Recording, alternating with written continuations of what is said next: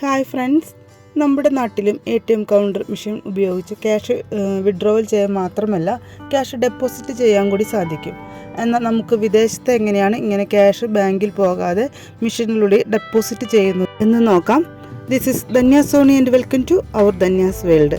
ഒട്ടുമിക്ക ആൾക്കാർക്കും അറിയാം, എന്നാലും വീഡിയോയിലൂടെ ഒന്നും കൂടി ഒന്ന് കാണിക്കുന്നു എന്നേ ഉള്ളൂ. വീഡിയോയിലോട്ട് പോകാം. അബുദാബി ഇസ്ലാമിക് ബാങ്കിൻ്റെ മെഷീനിൽ എങ്ങനെയാണ് ക്യാഷ് ഡെപ്പോസിറ്റ് ചെയ്യാം എന്നാണ് നമ്മൾ നോക്കുന്നത്. അപ്പോൾ ഇതുപോലൊരു സ്ക്രീൻ വെറുതെ ടച്ച് ചെയ്ത് കൊടുക്കുക. ഇതിൽ വെൽക്കം എഴുതി കാണിക്കുന്നത് വരെ നമ്മൾ ഒന്നോ രണ്ടോ ടച്ച് ചെയ്ത് കൊടുക്കുക. ഇപ്പോൾ ഇതാ വെൽക്കം സെലക്ട് യുവർ ലാംഗ്വേജ്, നമ്മുടെ ലാംഗ്വേജ് നമുക്ക് സെലക്ട് ചെയ്യാം. ഇവിടെ നമ്മൾ ഇംഗ്ലീഷ് ലാംഗ്വേജ് സെലക്ട് ചെയ്ത് കൊടുത്തിട്ടുണ്ട്. ഇവിടെ രണ്ട് ഓപ്ഷൻ എഴുതി കാണിച്ചിട്ടുണ്ട്. ഡെപ്പോസിറ്റ് സർവീസ് അഥവാ കാർഡ് പേയ്മെൻറ്റ്. നമ്മൾ ഡെപ്പോസിറ്റ് സർവീസാണ് സെലക്ട് ചെയ്ത് കൊടുത്തിരിക്കുന്നത്. ക്യാഷ് ഡെപ്പോസിറ്റ് ആണ് നമ്മൾ ചെയ്യുന്നത്, അപ്പോൾ അതും സെലക്ട് ചെയ്ത് കൊടുത്തിട്ടുണ്ട്. ഇനി നമ്മുടെ കയ്യിലുള്ള കാർഡ് നമ്മൾ മെഷീനിലോട്ട് ഇൻസേർട്ട് ചെയ്യുന്ന രീതി അവിടെ കൊടുത്തിട്ടുണ്ട്. നമ്മുടെ ആ ചിപ്പ് വരുന്ന ഭാഗം മുകളിലോട്ടായിട്ട് ഉള്ളിലോട്ട് ഇൻസേർട്ട് ചെയ്ത് കൊടുക്കാം. മെഷീൻ നമ്മുടെ കാർഡ് ഒന്ന് റീഡ് ചെയ്യാനുള്ള ടൈം അവിടെ കൊടുക്കണം. അപ്പോൾ റീഡ് ചെയ്ത് കഴിയുമ്പോൾ മെഷീൻ നമ്മുടെ കാർഡ് നമുക്ക് റിട്ടേൺ തരുന്നതായിരിക്കും. എല്ലാ മെഷീനിലും ഇങ്ങനെ ആയിരിക്കണം എന്നില്ല കേട്ടോ. ഈ മെഷീനിൽ ഇങ്ങനെയാണ്. നെക്സ്റ്റ് നമ്മൾ നമ്മുടെ ഫോൺ നമ്പർ നമ്മൾ ഓൾറെഡി നമ്മുടെ ബാങ്കുമായിട്ട് കണക്ട് ചെയ്തിട്ട് ഉണ്ടാവണം.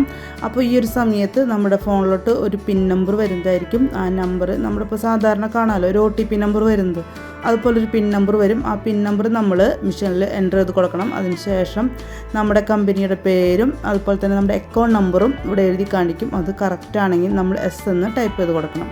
ടൈപ്പ് ചെയ്യല്ല, അവിടെ എൻ്റർ ചെയ്ത് കൊടുക്കണം.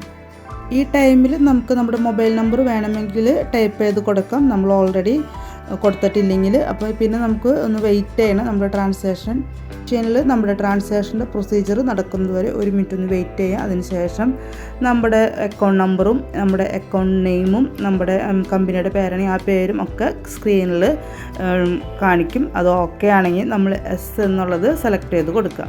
അതിനുശേഷം വേണം നമ്മുടെ ക്യാഷ് മെഷീനിലോട്ട് നമ്മൾ ഡെപ്പോസിറ്റ് ചെയ്യാൻ ഇതുപോലെ ഒരുമിച്ച് വെച്ച് കൊടുക്കുക.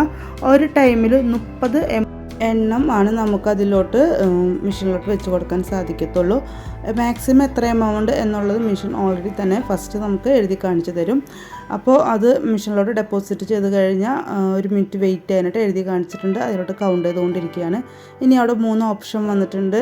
അപ്പോൾ നമ്മളിവിടെ ഡെപ്പോസിറ്റാണ് ചെയ്തിരിക്കുന്നത്. അപ്പോൾ നമ്മൾ ഡെപ്പോസിറ്റ് ചെയ്യാണ്.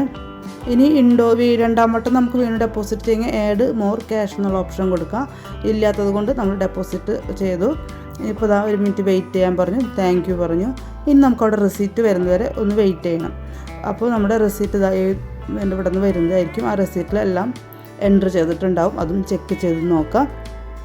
ഓക്കെ, അപ്പോൾ ഇത്ര ആയി കഴിഞ്ഞാൽ നമ്മുടെ ക്യാഷ് ഡെപ്പോസിറ്റ് ഓക്കെ ആയി.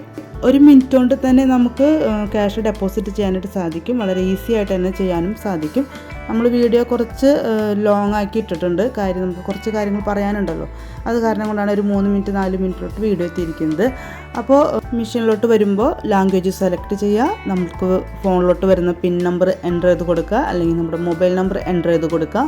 അതിലോട്ട് നമ്മുടെ ബാങ്ക് അക്കൗണ്ട് നമ്പറും നമ്മുടെ നെയിമും നമ്മൾ കറക്റ്റാണോ എന്ന് ചെക്ക് ചെയ്യുക. അതിനുശേഷം നമ്മുടെ ക്യാഷ് മെഷീനിലോട്ട് വെച്ച് കൊടുക്കുക. എന്നിട്ട് നമ്മൾ ഡെപ്പോസിറ്റ് ആണെങ്കിൽ ഡെപ്പോസിറ്റ് സെലക്ട് ചെയ്ത് കൊടുക്കുക.